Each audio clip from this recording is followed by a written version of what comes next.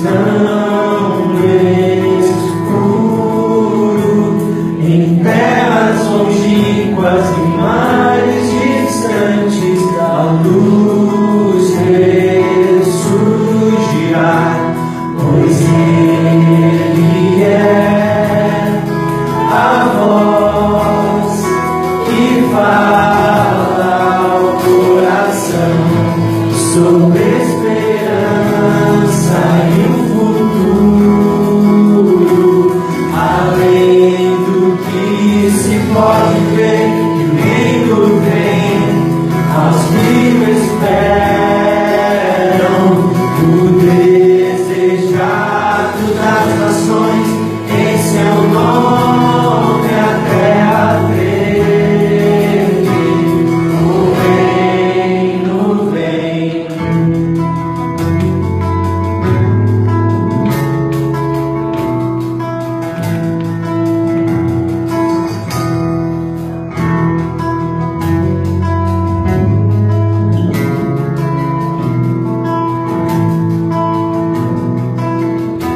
Exaltado e rico, arrogante, orgulhoso, estão no escuro, em mansões construídas, no abuso do pobre, a luz ressurgirá, pois Ele é a voz que fala sobre esperança e o juízo, além do que se pode ver, o reino vem aos que o esperam, o desejado das nações, em seu nome a fé e o treme, o reino vem, pois Ele é a voz que fala ao coração sobre esperança e o futuro, além do que se pode ver, o reino vem aos que o esperam, o desejado das nações, em seu nome a terra treme, o reino vem.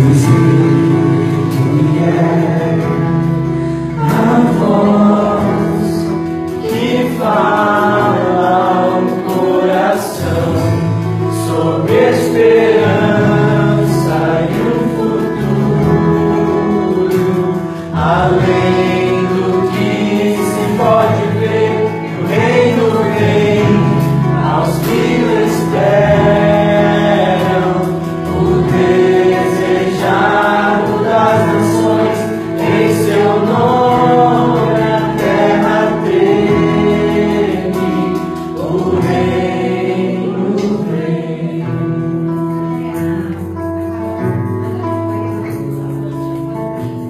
Pai querido, nós agradecemos, Senhor, porque em Ti podemos ter a esperança, por meio do sacrifício de Jesus Cristo, nós podemos ter a experiência da Tua volta, sabendo que também isso vai acontecer, sabendo, Senhor, que é soberano. E nós, Senhor, como pessoas que estamos aguardando a Ti, a vinda do Teu reino, queremos Te conhecer, Pai, estar sobre o Seu jugo, Senhor, que é suave e é leve, Pai.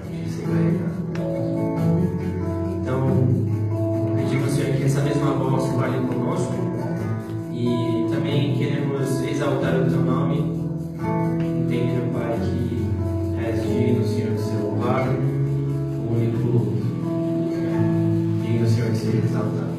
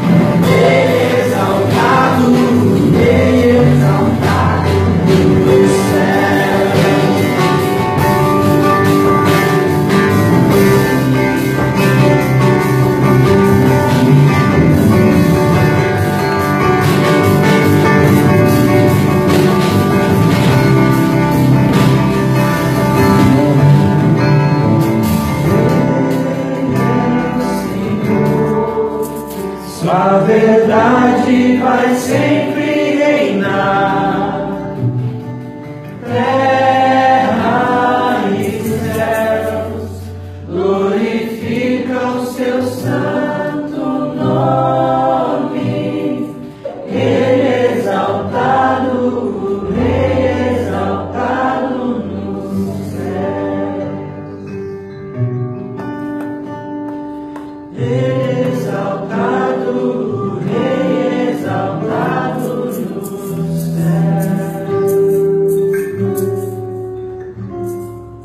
Ele é exaltado, Rei exaltado no céu.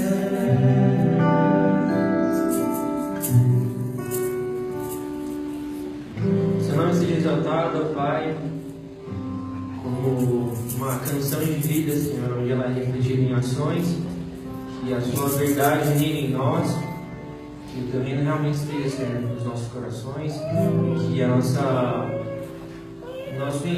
empenho, Senhor, seja, Pai, para glorificar o teu nome, para que o seu reino venha, para que as pessoas também conheçam ti, para que a gente viva e experimente ti de forma mais plena, em comunhão, nos compartilhar na vida, Senhor, conjunta.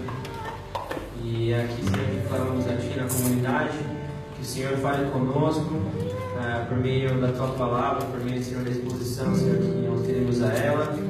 Que o Senhor seja, Senhor, abrindo os nossos corações, trabalhando, Senhor, em nós, limpando todo o pecado que existe, Pai. Todo, Senhor, pecado que barra, Senhor, com que a gente consiga, Senhor, se relacionar contigo. Até mesmo aquelas coisas mais profundas, Senhor, que muitas vezes nos impedem, Senhor, de abrir nosso coração realmente e de nos entregarmos a Ti, entregarmos verdadeiramente. Então, clamamos, Pai, fala conosco, porque nós precisamos te ouvir.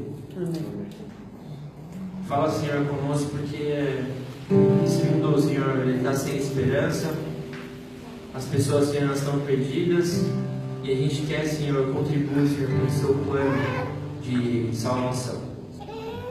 Resgatar, Senhor, pessoas.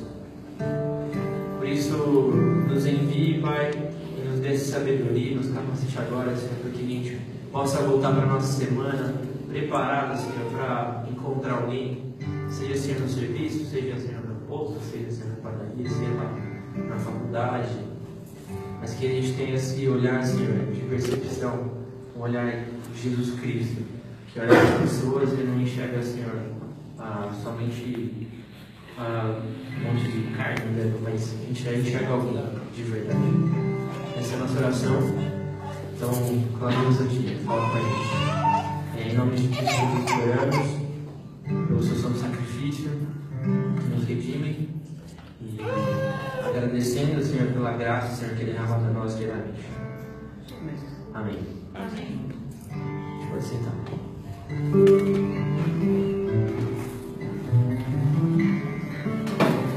Pode ir.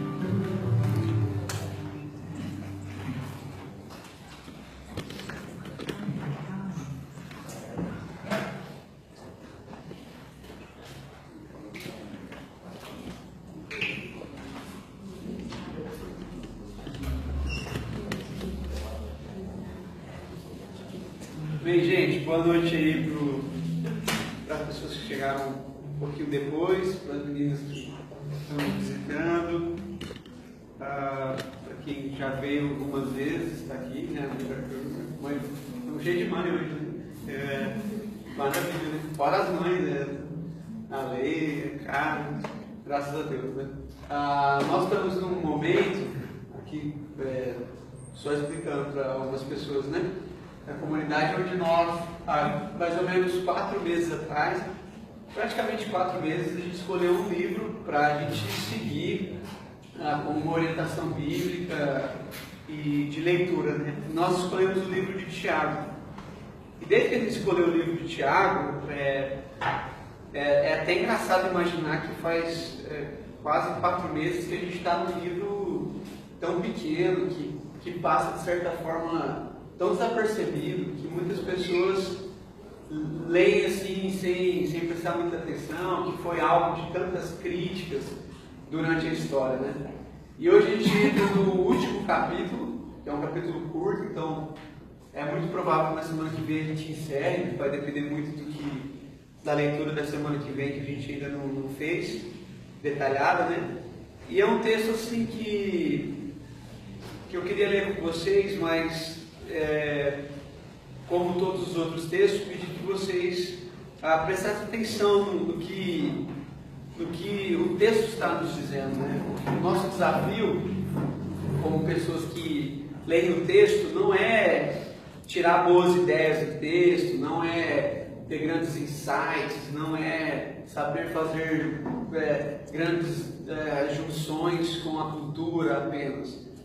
O desafio maior que nós temos do texto é entender o que o texto está dizendo só. E como isso tem sido cada vez mais difícil por causa do distanciamento natural, cultural que nós temos vivendo e por causa de uma série de fatores específicos da nossa geração que está nos distanciando do texto bíblico. Hoje eu estava em Belém e Benevides, Belém mesmo. Trouxe até açaí, né? Vocês são de lá, né? Então, se quiser açaí, então eu faço um precinho barato. E a gente estava num acampamento e tinha mais ou menos 70 jovens. E aí eu perguntei, tem alguém aqui que se converteu há menos de 10 anos? Não tinha ninguém.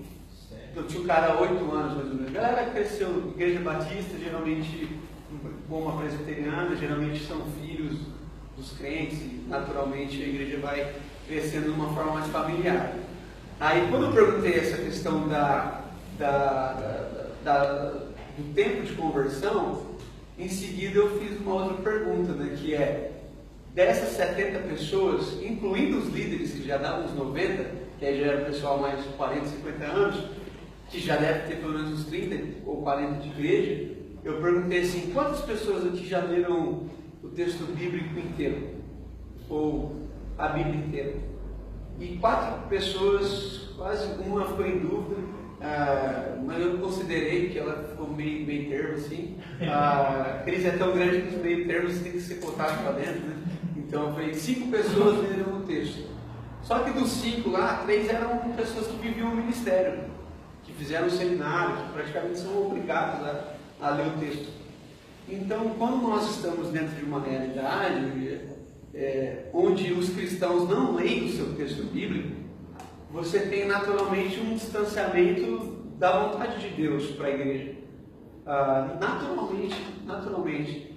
Nós estamos aqui há 4 meses falando de um livro de 5 capítulos. E há um risco muito grande de muitos de vocês, ou até eu, não ter lido esse texto ainda. Que daria talvez 2 versículos por dia. E esse distanciamento bíblico está nos deixando como que esquizofrênicos a respeito dos projetos de Deus para a gente e fazendo com que a gente plante no nosso coração projetos cada vez mais terrenos. Isso é só uma introdução, mas é muito importante a gente entender isso. Quando nós falamos de esperança, muitas de vocês conversaram, né? Esse tempo de conversa parece que tem que ser sempre maior, mas quando a gente fala de esperança, a gente sempre se sente sem esperança e a gente sempre conversa sobre coisas terrenas. A gente sempre fala de coisas que não deram certo na nossa concepção, de coisas que estão caminhando de uma forma equivocada na nossa concepção. E essa música dos Arrais que o Rafa tocou, que fala dessa esperança futura, não tem mais sido anunciada entre nós. Uma pergunta simples: quanto tempo faz que você não escuta uma pregação da volta de Jesus? Não se fala mais disso. Isso saiu da nossa agenda, porque nós estamos ficando numa concepção muito terrena. Como a igreja e a juventude está ficando muito ideológica, em vez de esperar a sua expectativa e esperança na volta de Cristo, que é um desígnio eterno para a igreja, nós estamos nos apegando às ideologias porque elas parecem responder ao momento, ao agora. Então nós temos a esperança de uma transformação social, nós temos a esperança de uma transformação industrial, nós temos a esperança de uma revolução negra, de uma revolução das mulheres, de uma revolução dos homens, mas ninguém mais tem esperança em Jesus. Ninguém mais fala da volta de Jesus. E a gente trabalha como se Jesus não fosse voltar. Essa é a verdade. Ninguém mais pensa, Jesus vai voltar. Isso saiu da igreja, isso não é mais uma pauta, não é uma pauta da nossa igreja. Eu tenho a graça de viajar praticamente 50 vezes por ano e isso me faz dialogar entre as várias denominações e deve fazer uns 8 ou 10 anos que eu não escuto uma mensagem a respeito da volta de Jesus.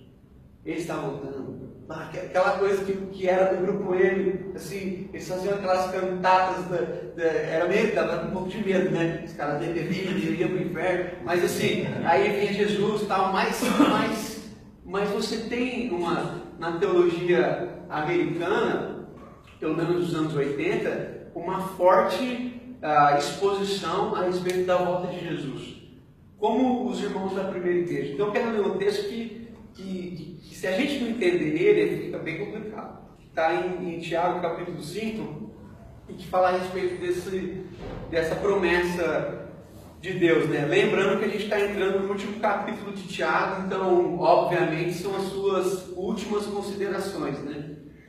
O final de cada carta, obviamente, que traduz isso. Então, capítulo 5, versículo 1, eu quero ler até o 11, e hoje eu estou usando a NVI.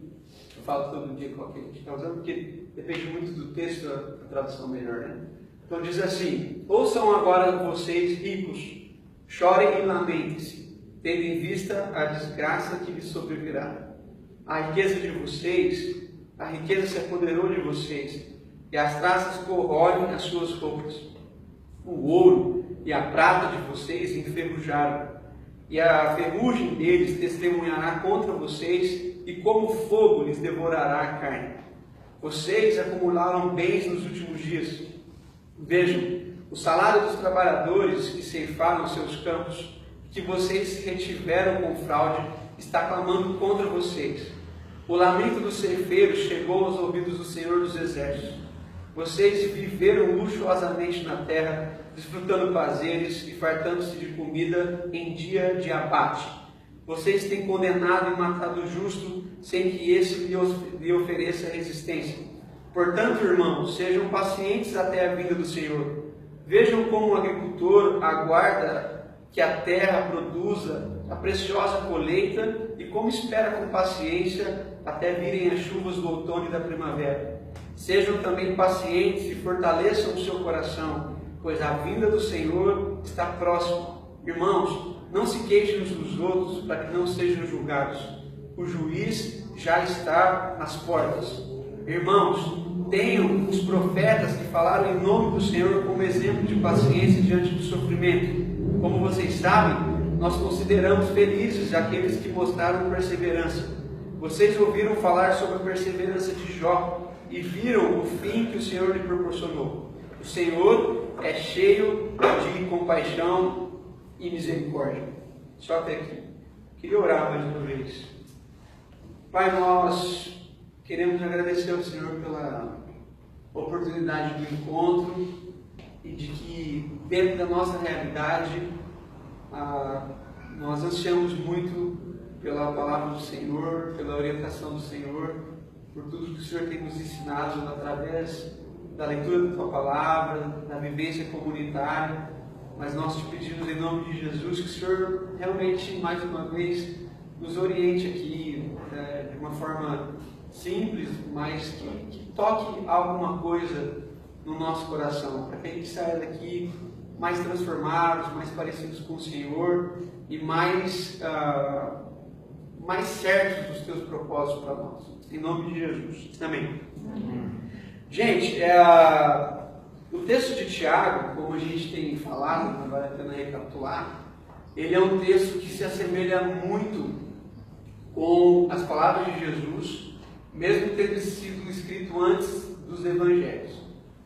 Por estar frequentemente com Jesus, ser o seu irmão, você vê Tiago praticamente citando Jesus. É muito parecido. Mas Tiago também foi um homem que bebeu de uma fonte que nós não bebemos, né? Que é a fonte que a gente chama do período que a igreja reformada prefere chamar de período de silêncio, que é os 400 anos entre o Antigo e o Novo Testamento, que na nossa Bíblia há um hiato, um silêncio mortal. Você vê o Malaquias, de repente Jesus nasce. Mas que na Bíblia dos irmãos, dos católicos, eles conseguem dialogar melhor com esse período histórico, porque todos os livros que nós não consideramos canônicos, né, inspirados, são livros desse tempo, exatamente que narram esses 400 anos. Por isso, mesmo não sendo considerados canônicos, inspirados, eles não podem ser descartados como livros históricos, porque sem eles há um colapso mesmo. Mas quando você lê esses livros, você consegue entender um pouco mais a respeito da história desse meio de campo aonde Jesus vem. Quando Tiago tem isso em mente, obviamente não existia Bíblia. Então, para Tiago, esses livros não tem essa de ser canônico ou não. São livros históricos. E Tiago praticamente escreve o seu livro contendo como referência de base o livro de sabedoria, que faz parte da Igreja Católica, tipo, como se fosse Provérbios para a gente, Salmos, mas esse livro chamado Livro da Sabedoria. E esse livro de sabedoria, muito parecido com Provérbios, ele trata de vários assuntos, mas uma das maiores ênfases desse tempo, que a gente chama de intertestamentário, né, é a crise realmente instalada a respeito dos ricos e dos pobres. Então esses livros vão falar muito sobre isso. Talvez seja por isso que a Igreja Católica deixou esses livros na Bíblia dela para a gente ter essa consciência. Quando a gente abre o texto bíblico e a gente vê a partir do Antigo Testamento, quando Deus chama Moisés e depois dá as leis, que ele chama as leis mosaicas lá, se você ler com paciência e ler assim, zerado do que você já aprendeu, ler assim como uma leitura nova, você vai perceber que esses textos de Moisés, quando Deus anuncia um cuidado muito específico para os órfãos, as viúvas e os viajantes, os estrangeiros, você vai perceber que Deus, o Deus de Israel, o Deus de Moisés, ele tinha critérios muito estabelecidos a respeito do cuidado dessas pessoas que foram cada vez mais excluídas dos grandes centros, né? Pelo menos das cidades que não são tão grandes quanto a gente pensa, mas das maiores cidades daquela época. Por quê? Naquele tempo já existia uma grande, maior do que hoje, um distanciamento entre os ricos e os pobres. Os ricos eram ricos mesmo, e os pobres eram muito pobres. É quase igual hoje, mas a gente tem uma classe média, a gente fala baixa e alta, a gente não sabe o que classifica isso, mas ainda a gente tem uma grande porcentagem da riqueza da humanidade na mão de 5 famílias. Então, naquele tempo é a mesma coisa. E o que estava acontecendo? Como os grandes fazendeiros, eles ficavam cada vez maiores, eles oprimiam os pequenos. E oprimiam tanto que os pequenos faliam. E quando os pequenos faliam, eles compravam as propriedades dos pequenos por um preço muito injusto. E fazia desses caras praticamente um trabalho escravo, porque eles não tinham opção, eles iam morrer de fome. E aí Deus ele entra nesse período falando assim, cuidem dessas pessoas. Tanto que dentre algumas leis que Deus tem a lei onde você não pode pegar as espigas de milho, por exemplo, que ficaram no chão. Porque, por exemplo, caiu no chão, você fala assim, não é porque sujou, não, eles falam assim, o que ficar, não peguem, deixem para os estrangeiros, eles vão passar e vão pegar. Então você vê um Deus que realmente está muito preocupado com essas pessoas que foram discriminadas. E a dificuldade de Israel de cuidar dessas pessoas. Quando os estrangeiros chegavam, causava um tumulto, eles tinham que fazer reunião, era uma perturbação, porque realmente dá muito trabalho. Depois que a gente vê nesse período muito injusto, que a gente falou do período testamentário, a gente se encontra com o Novo Testamento com Jesus. E quando a gente lê Jesus, se você lê Jesus fora das nossas tendências de teologia, você vai perceber um homem que, assim, falou muito sobre a riqueza e a pobreza. Pelo menos em Lucas você encontra os maiores debates de Jesus a respeito do rico e do pobre, de uma forma muito, assim, não simpática, de uma forma abrupta mesmo. Jesus teve muitos confrontos com esses homens, mas quando você encontra com Jesus, você já vai perceber que, apesar de parecer muito conflitante, Jesus é mais simpático do que o Antigo Testamento e o período intertestamentário. A guerra entre rico e pobre com Jesus já não era mais a respeito do rico e do pobre, e sim da forma como o rico trabalha a sua riqueza. Jesus já começa a incluir ricos. Jesus chama ricos para caminhar com ele. Jesus, entre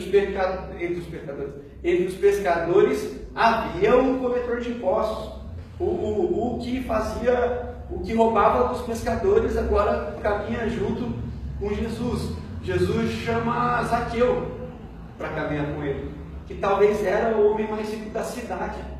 E quando Jesus encontra com Zaqueu, aí que tem a parte evangélica do processo, que Jesus, mesmo sem fazer pressão em Zaqueu, Zaqueu se sente no direito e no dever de repartir os seus bens. Por quê? Quando ele se converte, ele percebe o quanto que ele tinha e o quanto ele defraudava. Zaqueu talvez seja um dos melhores exemplos do livro que Tiago poderia dar, porque Zaqueu só enriqueceu à custa dos pobres. Um cobrador de impostos, eles tinham taxas de juros muito, muito piores do que as nossas. E tanto é que Zaqueu fala assim, se eu defraudar alguém, quer dizer que a vida inteira ele defraudou. Eu vou restituir 4 vezes mais. Eu vou trabalhar isso de uma forma mais honesta. Mas ele ainda acha que pode ser uma opção, porque ele ainda considera a possibilidade de um dia ele fazer isso. Mas a outra coisa que ele faz é doar metade dos seus bens. Então Jesus inclui os ricos. Jesus não tem a crise com o rico. Mas ao mesmo tempo Jesus fala que é mais fácil passar um camelo no buraco de uma agulha do que um rico entrar nos céus. Jesus se encontra com o jovem rico, tem uma prova de teologia ali, e no fim ele fala assim, está tudo certo, sua vida é um exemplo. Você só tem que vender os seus bens e dar aos pobres. E o texto diz que o menino sai de mansinho e nunca mais aparece no texto bíblico. Jesus conta a história do rico e do Lázaro, que a gente já contou aqui, já vimos no curso, o Arthur até passou o vídeo, não sei se foi o Arthur. Foi. E uma história assim, muito difícil de entender teologicamente, com graça, porque é mérito. Um sofreu e foi acolhido por Abraão, não teve conversão, não teve arrependimento, não teve batismo. É um texto difícil de entender, mas como não é uma parábola, já fica mais fácil, porque em parábola não há teologia, então é uma história. Mas nessa história há uma valorização gritante de Jesus acerca dos pobres, porque geralmente na sociedade até hoje, quem não tem nome é o pobre, e na parábola de Jesus, quem não tem nome é o rico. A parábola do rico e do Lázaro. O Lázaro é o pobre, e Jesus valorizando essas pessoas. Então Jesus ele tem essa forma diferenciada de também incluir pessoas com muito dinheiro no Evangelho. Jesus era mantido por pessoas. Jesus era financiado, vamos dizer, seu ministério era ofertado por pessoas que obviamente tinham recursos. Então quando a gente entra nesse período onde Jesus vai falar acerca dos ricos, uma das coisas interessantes que Jesus inclui em Lucas, que não tem em Mateus, não tem, que são os ais, né, que Jesus fala as bem-aventuranças, e depois o oposto disso são os ais. E dos poucos ais que Jesus fala, ele reservou 2 para os ricos. Então assim, ele diz assim, ai de vocês os ricos que já receberam a sua consolação.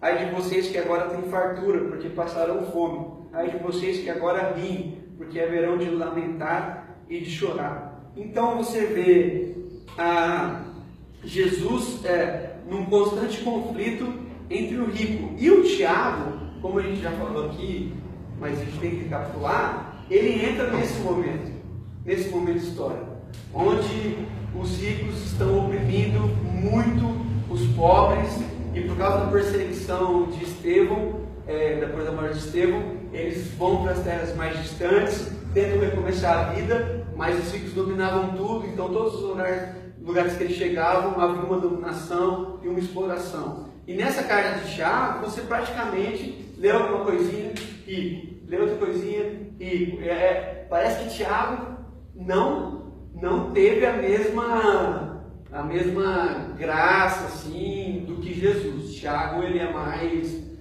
o corte dele é mais sério. É tão sério que todas as vezes que Tiago fala de rico, ele fala de vocês. Ele fala assim, vocês ricos. E todas as vezes que ele fala de pobre, ele fala meus irmãos. Então é totalmente diferente. E ele fala isso por 15 vezes. Então 15 vezes nesse ninguém, meus irmãos. E por outro lado, o rico, ai de vocês ricos. E Ele não alisa. É muito interessante esse texto. Então, quando o Tiago vai fazer as suas acusações a respeito dos ricos, a gente tem que entender, pelo menos nesse texto aqui, as 4 grandes acusações que Tiago faz. A primeira acusação que Tiago faz aqui é a respeito dessa inutilidade dos bens materiais. Ele fala assim: a riqueza de vocês apodreceu, as traças corroem suas roupas, o ouro de vocês enferrujaram, e a ferrugem do ouro testemunhará contra vocês. Quando você lê isso, você só pode ler isso de uma forma poética, porque riqueza não apodrece. Riqueza não é uma coisa que apodrece. As roupas também não são assim. A traça vai lá e acaba com a roupa. Ela vai bem no armário do rico,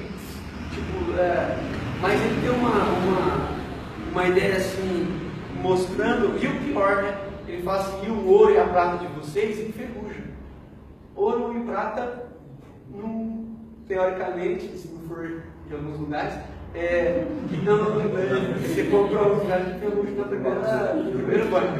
Mas assim, o ouro bom, você fala assim: aqueles negócios, não entendo muito, ele não enferruja. E Tiago traz um conceito novo. Ele fala assim: o ouro e a prata de vocês se enferrujou. Não é que vai enferrujar, já enferrujou. E a ferrugem do ouro testemunhará contra vocês, como se o ouro fosse uma pessoa que vai testemunhar contra você. O ouro vai chegar lá diante de Deus e testemunhar contra os ricos. Então, é lógico que o Tiago está querendo dizer assim: o que vocês têm vai passar.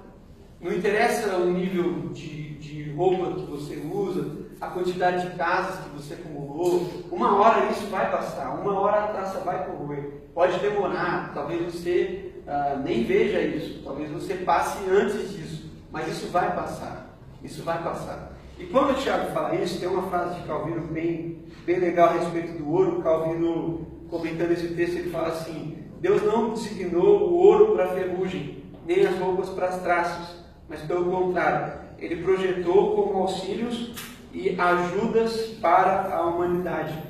Então você vê que na concepção de Deus, no Antigo Testamento, você vê que tudo que era bem material era tido como um princípio de serviço. Mas a concepção humana passou a ser como uma questão de poder. Então a primeira acusação que o Tiago faz é a respeito do quanto das coisas que a gente acumula. A segunda, já é um pouco mais séria, é a respeito da fraude que os ricos fazem contra os pobres. Ele fala assim: vejam os salários dos trabalhadores que ceifaram os seus campos e que vocês retiveram com fraude. O que isso mais ou menos pode estar querendo dizer? Que os ricos, além de extorquir, torcer até o último caldo o pobre, eles ainda mentiam a respeito do soldo, do salário deles. Chegava no fim do dia, era um combinado lá de tantas dracmas, uma dracma, e aí eles pagavam de uma forma diferente. Só que o pobre era tão pobre que aquilo que era assim, a coisa mais injusta do mundo, ele precisava. Então ele não podia ficar sem. Então era essa forma que o rico enriqueceu, na forma de defraudar o pobre. Já não chega o fato dele ser muito mais rico. Para ele ficar mais, ele descobre uma forma de baixar o custo do seu trabalho braçal. A terceira acusação que o Tiago faz é sobre o luxo que os ricos vivem, em contraste à despreocupação que eles têm com os pobres. O texto diz assim: vocês viveram luxuosamente na terra, desfrutaram dos prazeres, que aqui é uma parte bem interessante, fala assim, e fartaram-se de comida em dia de abate. Ele está dizendo assim: vocês fizeram grandes festas com muita sobra, no dia em que do lado de vocês pessoas morriam de fome. E Tiago faz essa acusação muito séria. Esse luxo de vocês também vai testemunhar contra vocês, porque não tem como vocês viverem numa fartura, num ambiente onde há uma falta terrível. E por último, uma construção, Tiago fala assim, e esse nível de desprezo de vocês está matando o justo. Quando você lê a Bíblia, você vai perceber no Antigo Testamento que os profetas, Amós, e também em Provérbios, outros textos, todas as vezes que, todas não, mas muitas vezes que tiver escrito justo, muitas vezes vai estar relacionado a pobre. Havia um consenso sobre isso. E todas as vezes que eles falavam que alguém era injusto, eles estavam falando do rico. Não é assim que o injusto não é justo. O injusto é rico e o justo é pobre, independente de qualquer... Não estamos falando de questão moral, de caráter, só questão financeira mesmo. E quando o Tiago fala assim, o desprezo de vocês tem matado e condenado o justo, sem que eles ofereçam resistência. Isso é muito interessante. É tanta opressão que o pobre não consegue nem resistir. Não dá nem para lutar. Não dá nem para se revoltar. Porque a revolta do pobre custaria a vida da sua filha, a vida da sua mulher. Então havia um ambiente de tanta opressão que as pessoas morriam. Você fala assim, mas morriam sim. Porque nesse lugar que eu falei, onde os grandes produtores empurravam, espremiam os pequenos, esses pequenos muitas vezes ficavam sem nada e morriam. E o Tiago está dizendo assim, essa ideia de vocês de desprezo está matando o justo. E o justo está tão perdido que ele não está tendo força, às vezes física, ou mental, psicológica, espiritual, sei lá, de lutar contra vocês. E tudo isso por causa da opressão. Quem já viveu um ambiente de opressão sabe que é bem isso mesmo. Quando alguém te oprime até a última gota, você não consegue ir com... E a opressão é tão grande que você se pune até em pensamento. Você fala, eu não posso ir contra ele porque ele é isso, ele é aquilo. Então o Tiago está fazendo assim, uma clara denúncia contra o ímpio. E aí tem um texto de Eclesiástico, né? Eu gosto, né? Tem três não, mas que fala exatamente igual como o Tiago praticamente descreveu, copiou esse texto. Eclesiástico capítulo 34, versículo 22, fala assim, mata o próximo aquele que lhe tira a subsistência e derrama o sangue aquele que priva o trabalhador do seu salário. Então talvez Tiago está conversando com esse texto, dizendo assim, você está matando o trabalhador porque você está privando ele do que era justo, do que era combinado. Enfim, quando a gente lê esse texto, a nossa tendência é cair como Tiago de cabeça e ficar falando sobre os ricos e sobre os pobres e ter essa demanda a respeito de uma conversa puramente social, econômica. E quando a gente vê o que Tiago está falando, por isso que eu não parei a leitura aí, eu continuei depois que ele fica mais simpático, né? Para meus irmãos, que aquele negócio, parece que ele tomou um Yakult, né? Uma coisa assim, então ficou mais leve. Aí ele falou assim, meus irmãos, tende no coração de vocês muita paciência. Aí Tiago parece que ele mudou. Ele escreveu isso aqui no outro dia, sabe quando você escreve um negócio nervoso, nem manda para a pessoa, no dia você não escreve de novo, tal. E ele fala de paciência, interessante que em apenas 5 versículos, ele fala de paciência 4 vezes.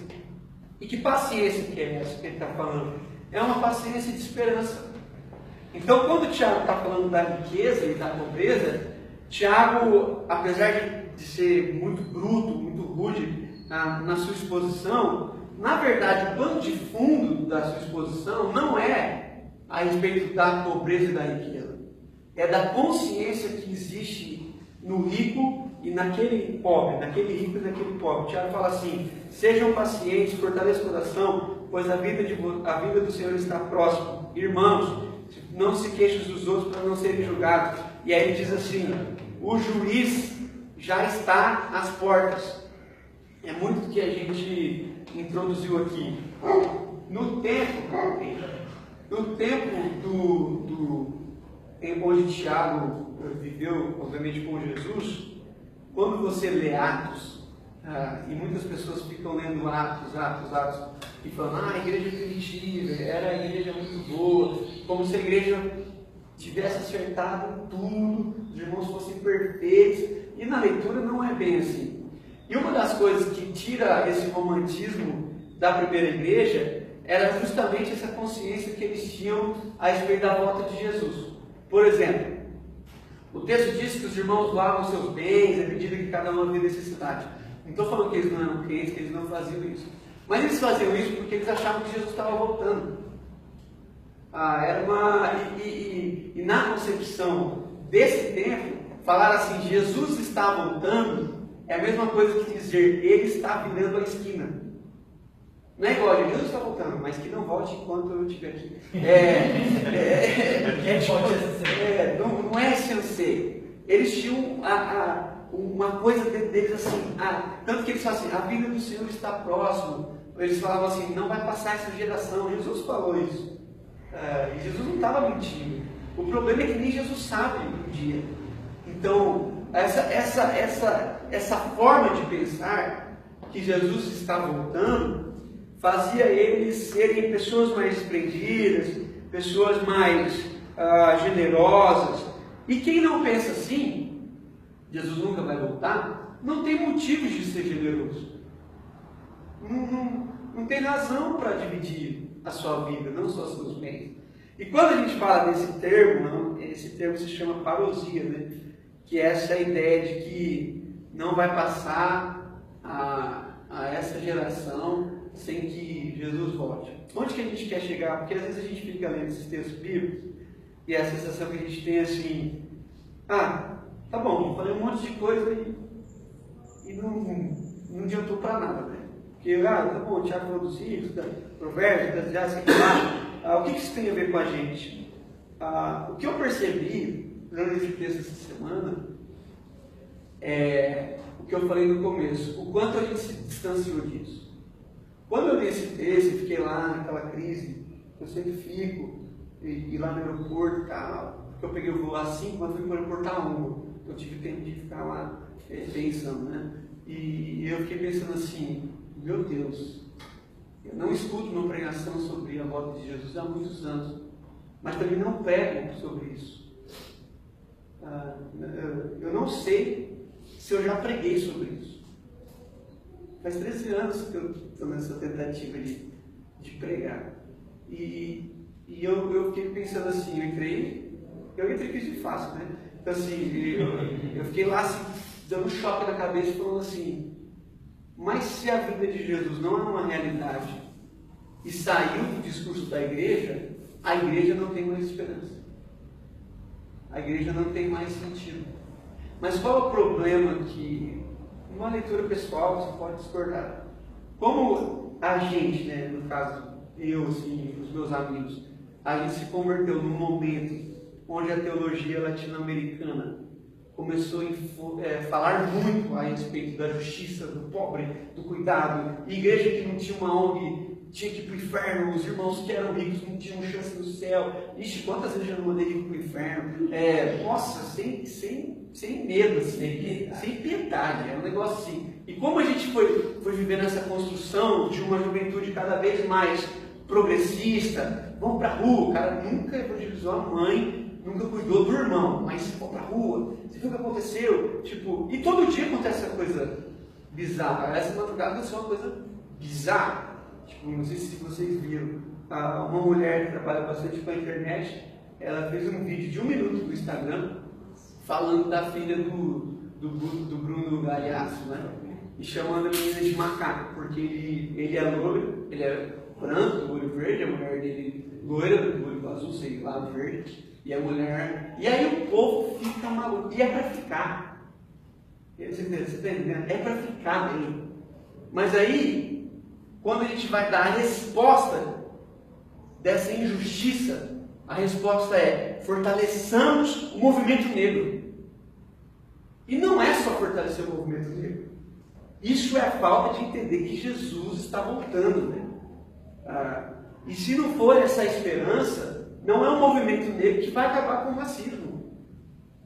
Não é um movimento negro que vai acabar com o racismo.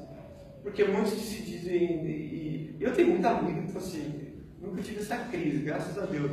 Mas aí a gente fala assim, nossa, dando exemplos, né? Você viu o que aconteceu? O cara espancou a mulher, graças a Deus a gente tem leis que é rápido em relação a isso. Meu Deus do céu, pá. Então vamos virar ativistas, vamos para a Avenida Paulista.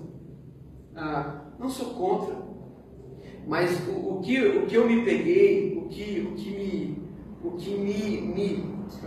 mexeu muito comigo foi o ponto de que falar assim, e cadê os caras dizendo assim, é isso mesmo, Jesus falou que nos últimos dias o amor se esfriaria e a volta dele está se aproximando, então arrependa-se. Arrependa-se porque ele está chegando, fique esperto, ele está na esquina. Não existe mais isso.